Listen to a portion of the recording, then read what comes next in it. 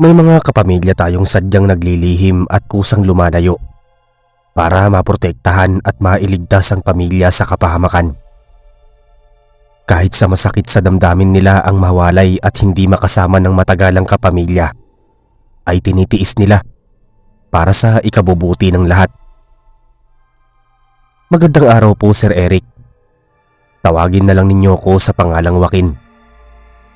At ang kwento ko pong ibabahagi sa inyo ay personal ko pong karanasan kasama ang aking bunsong kapatid noong bumisita kami sa bahay ng panganay naming kapatid sa baryo sa may gawing Iloilo.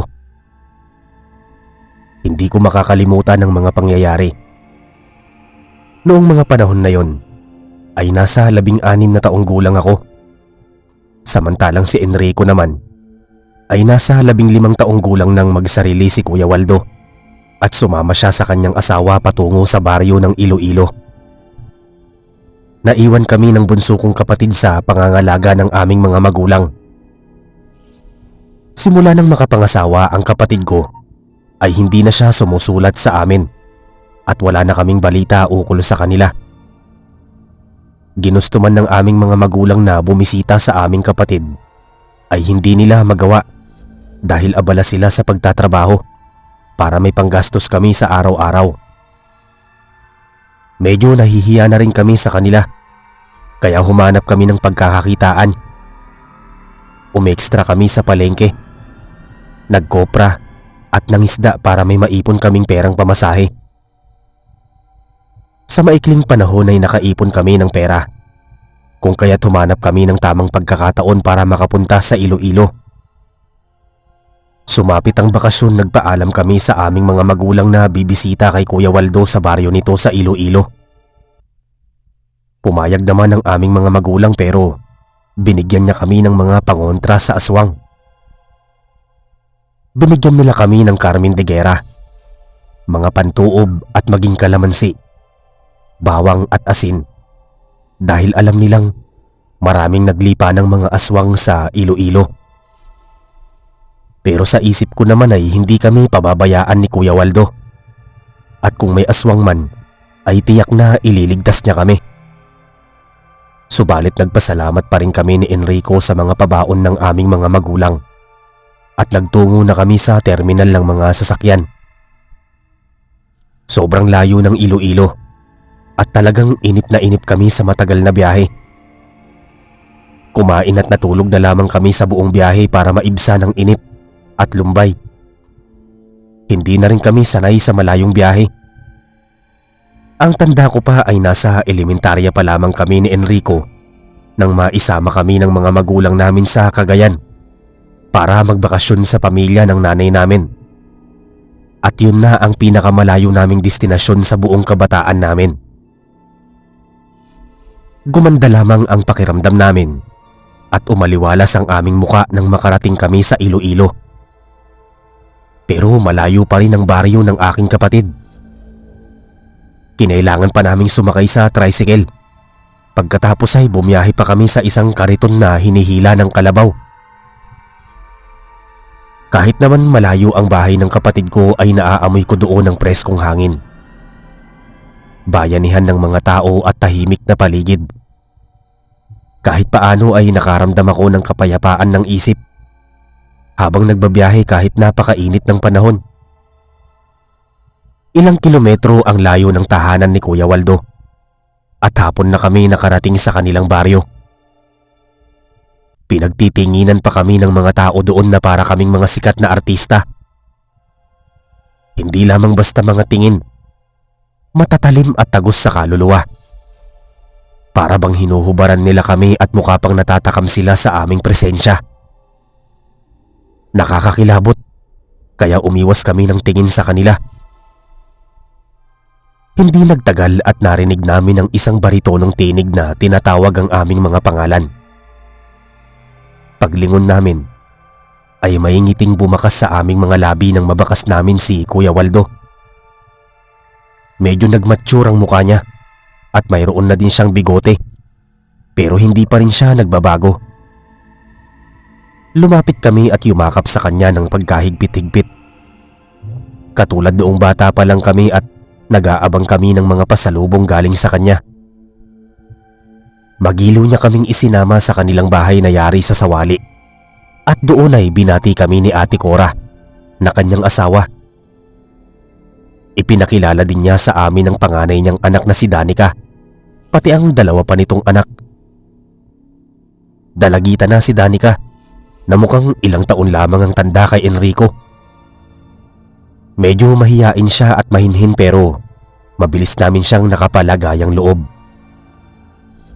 Inanyayahan kami ni Kuya Waldo na kumain ng sinabawang isda dahil tiyak siyang nagugutom na kami. Ipinaghanda nila kaming magkapatid ng pagkain pero nagtaka ako dahil nakabukod ang pagkain binigay sa amin ni Kuya Waldo. At nang matikman namin ay sobrang tabang. Walang lasa.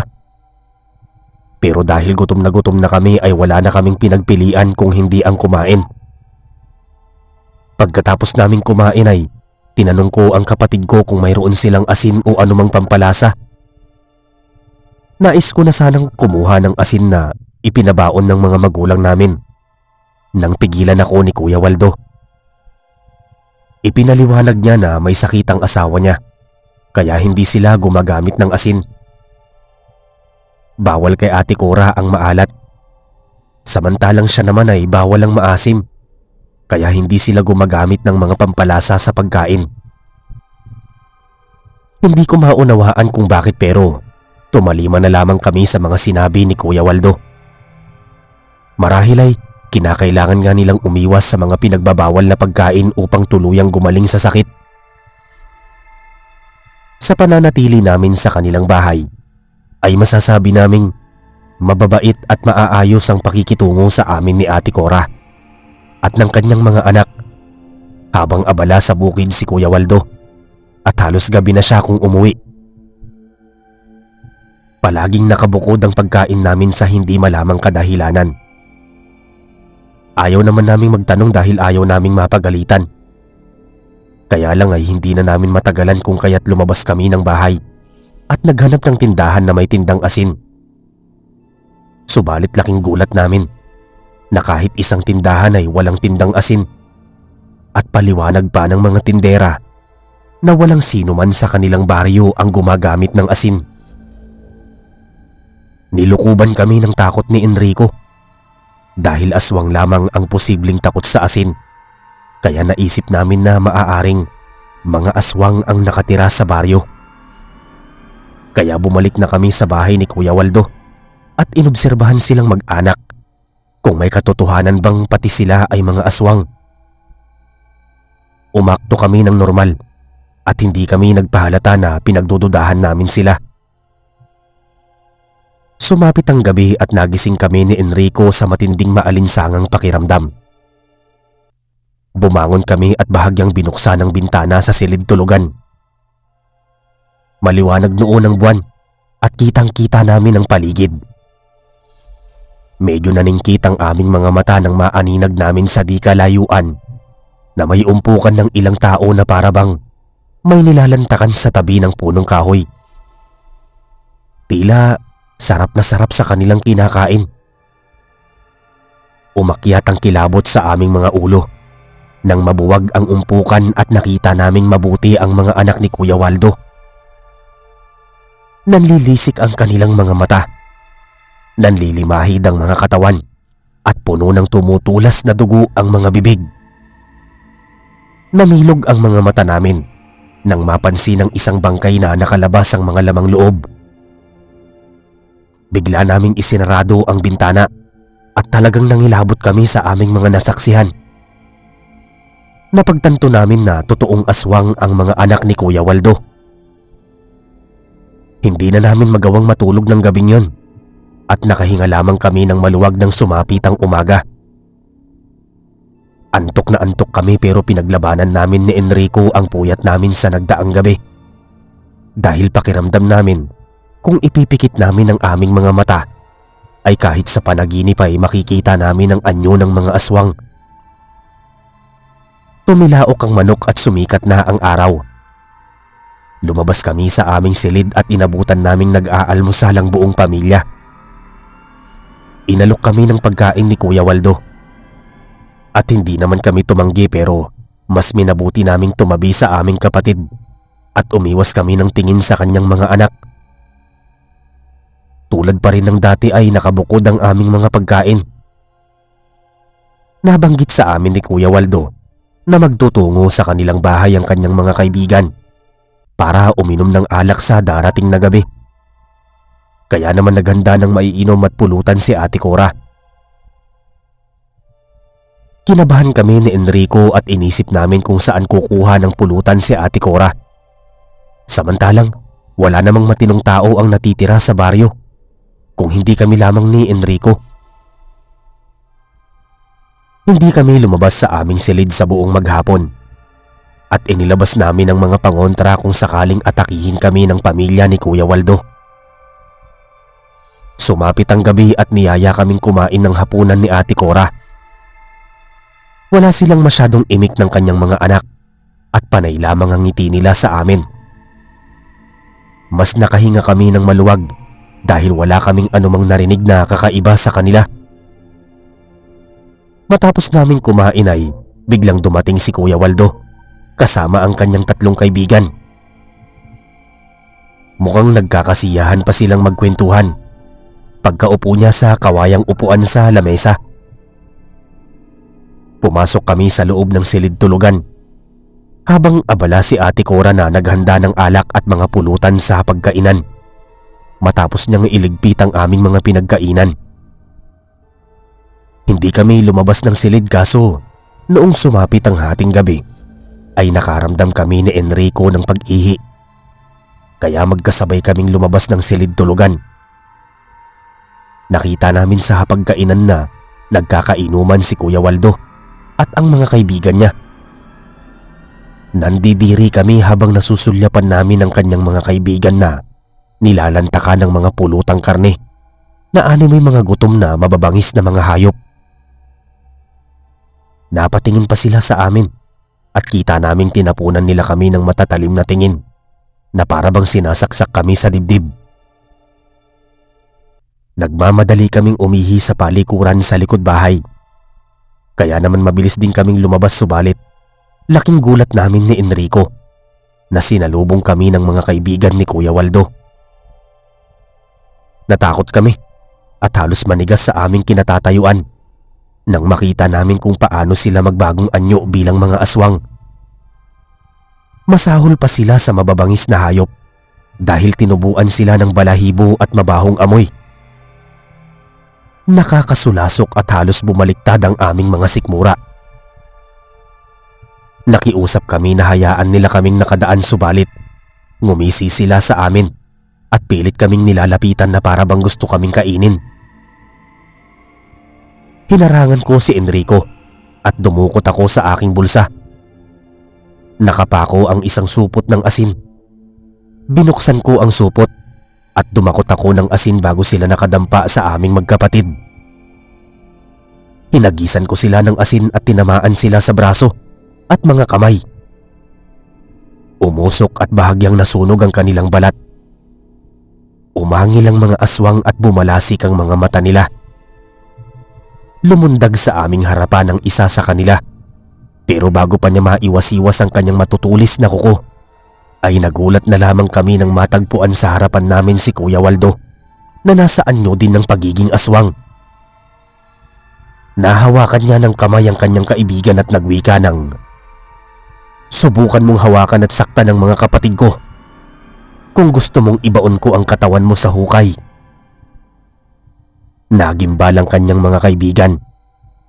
Binitawan ni Kuya Waldo ang kamay ng kanyang kaibigan. "Sige na, umalis na kayo."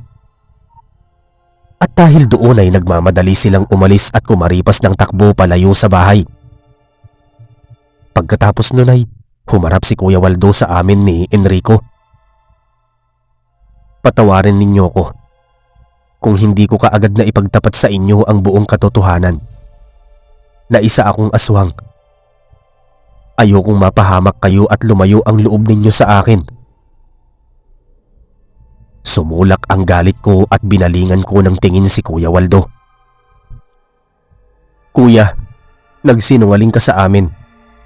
Ibig sabihin hindi totoong may sakit kayo ni Ate Cora? Na totoong aswang kayo kaya takot kayo sa asin at kalamansi? Buong residente sa baryong ito ay hindi gumagamit ng asin dahil lahat sila ay aswang. Tama ba ako, Kuya Waldo? Tumango si Kuya Waldo. Oo, ang totoo ay aswang si Cora. Pero tinanggap ko yun ng buong buo dahil mahal ko siya. Kaya mas minabuti ko na lumayo sa inyo para mailigtas kayo sa kapahamakan at hindi kayo matulad sa akin. Mahal ko ang mga magulang natin, kaya inilihim ko sa kanila ang tungkol sa pagkatao ko dahil ayokong mag-alala sila sa akin at maging hudyat para kamuhian nila ako. Idinagdag pa niya ang dahilan kung bakit binubukuran niya kami ng pagkain. Ligtas ang mga pinapakain namin sa inyo. Purong karni ng hayop subalit wala kaming inihahalong asin. Dahil siguradong paghawak pa lang namin sa asin ay siguradong masusunog ang aming mga balat. Naantig ang damdamin namin at naging sentimental kami nang maisip ang malaking sakripisyo niya sa amin para lamang mapanatili kaming ligtas sa baryo ng mga aswang. Hinayaan na lamang naming tumulo ang mga luha sa aming mga mata habang nanunumbalik ang anyo ng pagiging tao ni Kuya Waldo. Hindi namin akalain na ganoon katindi ang mangyayari sa gabing yon. Pakiramdam namin ay kumirot ang puso at naantig kami sa ginawang pagprotekta sa amin ni Kuya Waldo. Hindi namin maunawaan ng mga sarili namin, kaya tumahimik na lamang kami at hinintay ang kasunod na mangyayari. Pinakiusapan niya kaming bumalik na sa aming silid at sa kinabukasan ay ihahatid na niya kami sa sakayan para makauwi na kami sa aming mga magulang. Tumalima kami sa aming kapatid pero nagpasalamat kami sa pagliligtas niya sa aming buhay. Nabanggit naman sa amin ni Kuya Waldo na yun na lamang ang kaya niyang maibigay na tulong para sa amin. At bilang kapatid ay responsibilidad niya na protektahan niya kami. Pumasok kami sa silid at kahit paano ay nakatulog din kami ng mahimbing ni Enrico. Napakaraming naganap sa buong magdamag at talagang kinakailangan namin ng iba yung pahinga.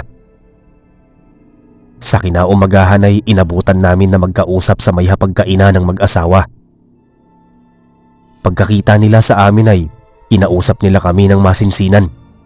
At kahit medyo nahirapan kami sa pagkaintindi namin sa sitwasyon nila, ay pilit namin silang pinatawad sa anumang pagkukulang nila sa amin. Matapos nun, ay umalis kami at sinamahan kami ni Kuya Waldo sa may sakayan. Subalit bigla na lamang may humarang sa amin. Nakita namin ang mga kaibigan niya at talagang ayaw nila kaming lubayan. Tumakbo kami palayo sa sakayan at kung saan-saan kami dumaan para lamang maiwasan ng mga ito. Subalit ayaw nila kaming lubayan hanggat hindi nila kami napapatay. Dumako kami sa may kapatagan na may mangilan-ngilang kabahayan at doon kami sinalakay ng magkakaibigan. Prinotektahan kami ni Kuya Waldo at nagalusan siya at tinamaan sa dibdib ng mga matutulis na kuko ng mga aswang. Kaya napilitan kaming lumaban. Inilabas namin ang Carmen de Guerra at isinubo sa bibig ng aswang. Ang ibang aswang ay pinatakan namin ng katas ng kalamansi at hinagisan sila ng bawang. Nasunog ang kalahati ng kanilang mga balat at kasabay nun ay nagsipaglabasan ng mga aswang sa kabahayan at tinulungan nila kaming magkakapatid na mailayo sa magkakaibigang aswang. Sa dami ng bilang ng mga tumulong sa aming aswang ay hindi umubra ang kapangyarihan ng magkakaibigan. Kung kaya't minabuti nilang tumakas kaysa mamatay. Kumaripas sila ng takbo at hindi na sila naabutan ng mga aswang. Tinulungan kami ng mga aswang na residente sa lugar na yun na magamot ang sugat ni Kuya Waldo at pinatuloy kami sa bahay ng mabubuting aswang at doon ay nagpalipas kami ng magdamag. Sa sumunod na araw ay naihatid kami ni Kuya Waldo sa may terminal at bumuhos ang mga luha sa aming mga mata habang nagpapaalam kami sa aming panganay na kapatid samot-saring emosyon ang aming naramdaman hanggang sa tuluyan na kaming makasakay sa sasakyan at umandar na ang makina ng bus. Sa wakas ay makakaalis na rin kami sa baryong walang asin. Pinanaw namin sa bintana si Kuya Waldo at baon namin ng mga ngiti sa aming mga labi. Pangit man ang ilang alaala ay marami naman kaming mga aral na natutunan sa baryo ng kapatid namin. Nang makarating kami sa aming bahay, ay tikom ang bibig namin ukol sa totoong kinahinatnan ng buhay ni Kuya Waldo sa baryo. Positibo ang mga naging komento namin kay Kuya Waldo, pati na rin kay Ate Cora at sa mga pamangkin namin. Masayang masaya ang aming mga magulang lalo pat kinumusta sila ni Kuya Waldo. Wala man kaming naipasalubong buhat sa baryo, ay bumili na lamang kami ng pasalubong sa mga lugar na hinihintuan ng bus. Inakala namin na magiging maayos na ang lahat at kahit na malayo sa amin si Kuya Waldo, ay sinikap naming maging masaya sa kanilang pamumuhay. Pero nagulat na lamang kami ng isang araw nang biglang bumisita sa aming tahanan si Kuya Waldo at hindi niya kasama ang pamilya niya. Nabanggit niya na nagtungo sa Samar si Ate Cora kasama ang mga anak para makapagbakasyon sa kanyang tiyahin. Pasimpleng ipinaliwanag sa amin ni Kuya Waldo na naisipang bumisita nina Danilo at Alan sa kanilang mga kamag-anak sa Pangasinan. Sina Danilo at Alan ay ang mga kaibigang aswang ni Kuya Waldo. Nakamuntik nang pumatay sa amin ni Enrico. Nangamba si Kuya Waldo kaya minabuti niyang bumisita sa amin kahit mahirap sa damdamin niya para maprotektahan kami sa mga aswang. Alam niya na malapit lamang ang mga ito kung kaya't pinag-iingat nila kami. Balak niyang manatili sa amin ng 1 buwan hanggat hindi niya natatagpuan ang mga ito. Medyo nabahala kami ni Enrico pero pinakalma kami ni Kuya Waldo at sinabing kaya naman niyang makibagay at kumain ng mga nilutong karne sa aming bahay. Pero ang hindi lamang niya maipapangako ay tuwing gabi ay kinakailangan niyang lumabas ng bahay upang hanapin ang kauri niyang mga aswang at masigurado ang kaligtasan ng aming pamilya. Gumawa na lamang kami ng pwedeng maidahilan sa aming mga magulang kung maabutan man nilang wala si Kuya Waldo. Epektibo naman dahil hindi na yon kinwestiyon ng aming mga magulang. May mga pagkakataon, masayang naghahalakhakan si Kuya Waldo at ang mga magulang namin. Madalas din ay sumama si Kuya Waldo sa tatay namin para matulungan ito sa kanyang trabaho. Naging maayos naman kahit paano dahil nakatulong bilang panganay na kapatid si Kuya Waldo sa aming pang-araw-araw na gawain. Lumipas ang 1 linggo ay hindi pa rin natatagpuan ni Kuya Waldo ang mga kauri niyang aswang. Kaya napanatag ang loob namin na maaaring nasa malayo silang lugar at hindi kami basta-basta matatagpuan. Ngunit dumako ang isang araw ay nautusan kaming mamalengke ng aming ina. Medyo naiinis pa siya sa amin at para kaming mga tuko na ayaw magkahiwalay. Kaso ay naisip niya na matagal kaming hindi nagkasama-sama kung kaya't pinayagan na lamang niya kaming magtungo sa palengke. Nasa likuran namin si Kuya Waldo at kami ni Enrico ang abala sa pamimili ng mga prutas at gulay nang biglang may lumitaw na 2 lalaki at agad namin silang nakilala. Binati kami nila Danilo at Alan na bakas ang peklat ng pagkasunog ng kanilang mga muka. Nakita pa nila si Kuya Waldo at hindi nila napigilang pagbantaan ang mga buhay namin. Maghanda kayong magkakapatid dahil sa susunod nating pagkikita-kita ay siguradong pagpipira-pirasuhin namin ang mga katawan ninyo. Saad ni Alan. Umalis silang dalawa habang pangisi-ngisi sa amin si Danilo na parang nang aasar. Matapos naming bumili sa palengke ay nagmadali na kaming umuwi sa aming bahay. Katulad sa pagtrato sa amin ni Kuya Waldo sa kanilang bahay, hindi namin hinahaluan ng asin, kalamansi, pati bawang ang mga kinakain niyang pagkain. Ipinaliwanag namin sa aming mga magulang na may sakit si Kuya Waldo, kaya maraming pinagbabawal sa kanya ang doktor. Halata namang hindi naniniwala ang tatay namin, pero ayaw niyang magbigay ng anumang komento. Nananahimik na lamang siya sa isang tabi at sumasang-ayon na lamang sa mga sinasabi namin. Marahil alam niyang aswang si Kuya Waldo pero ayaw niyang sabihin dahil nire-respeto niya ito bilang anak. Lumipas pa ang 2 araw at nautusan kami sa kabilang barangay ng aming ina na dalhin sa kanyang suki ang tinahi niyang inorder na damit.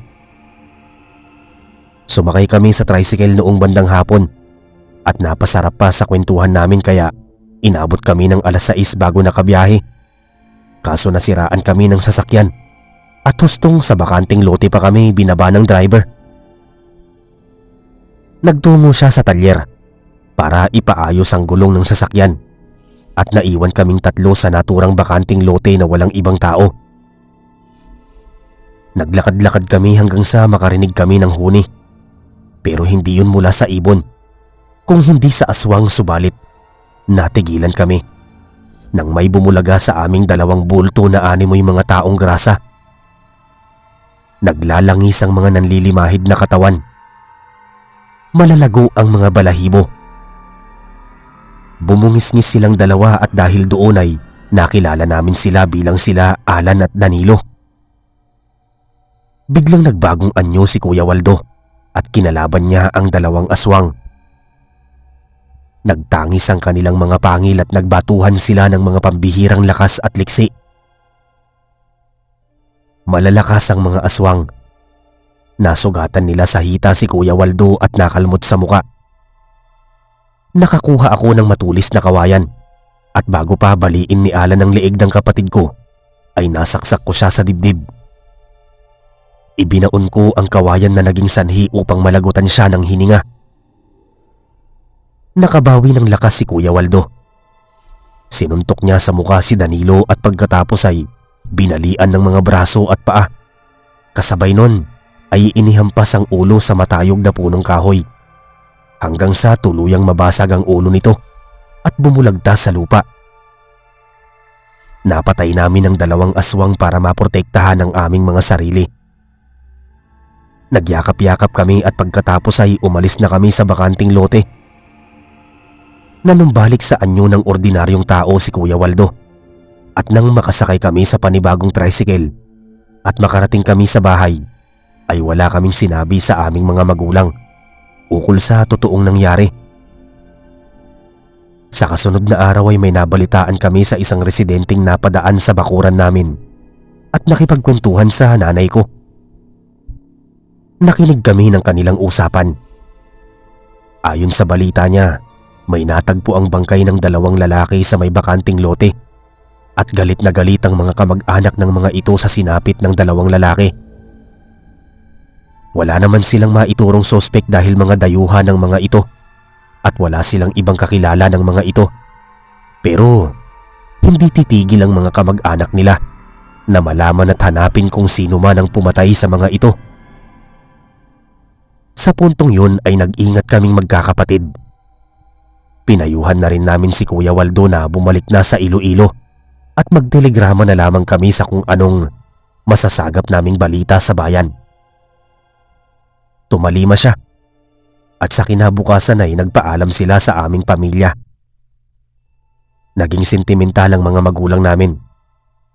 Nabitin sila sa ilang linggong pananatili ni Kuya Waldo sa aming bahay.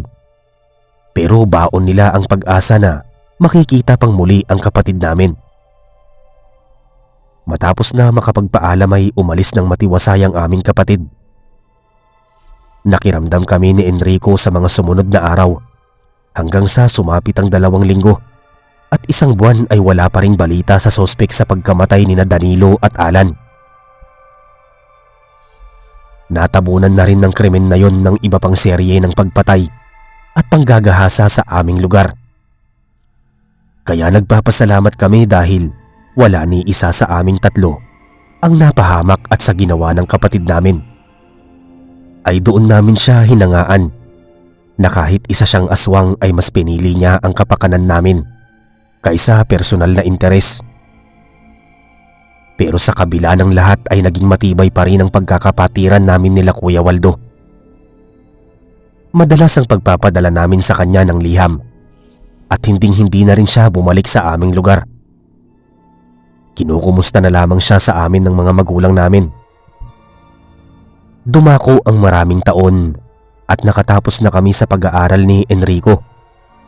At milagro na dumating si Kuya Waldo, pati si Ate Cora. Kaso hindi na rin sila nagtagal at umalis din sila sa kinabukasan. Masaya kami sa suporta na ipinakita sa amin ni Kuya Waldo, na kahit sa simpleng bagay ay napapasaya niya kaming dalawa. Hindi man namin siya nakakasama ng matagal, ay ramdam namin ang malasakit at pagmamahal niya para sa amin. Sa kasalukuyan ay may sari-sarili na kaming pamilya na may kanya-kanyang buhay at patay na ang aming mga magulang. Pero hindi pa rin kami nawawalan ng komunikasyon ni Kuya Waldo, partikular sa mga pamangkin namin.